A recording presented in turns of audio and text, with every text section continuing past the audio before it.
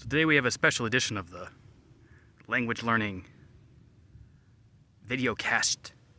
We're going to talk about Audacity and how to shadow without shadowing. So, normal shadowing is like, oh, I'm going to listen to this stuff, and hopefully there's spaces between the dialogue, so it's like television, and then you repeat what they're saying, and you try to keep up.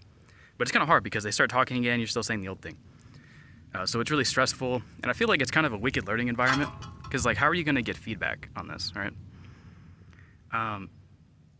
So what we do instead is we rip the audio from the whatever. Hopefully, I would try to get someone that is speaking normally and is kind of like me, right? So like a young man that sounds good to me, right?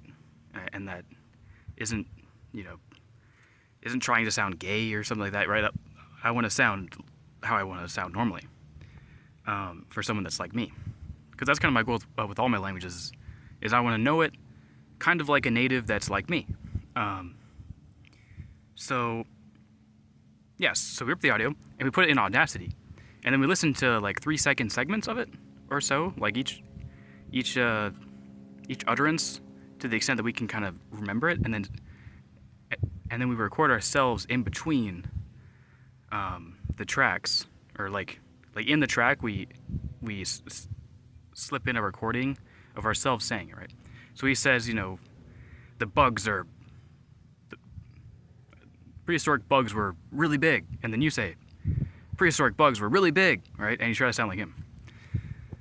And if you don't sound like him or you make a mistake, you'll start to notice a pattern pretty quickly, even after just 5 minutes, right?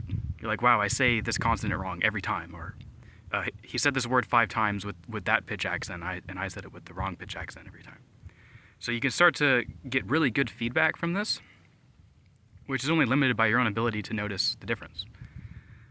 So I've done a little bit of this. It's kind of annoying to do. You have to set it up. You have to get a microphone. You have to get the audio. You have to get Audacity going. You have to sit at the computer. But I feel like it's the kind of thing, if you just do it even a little bit, you can make pretty big progress in your speaking ability. So there's another thing that I've heard recommended by Language Jones on the YouTube.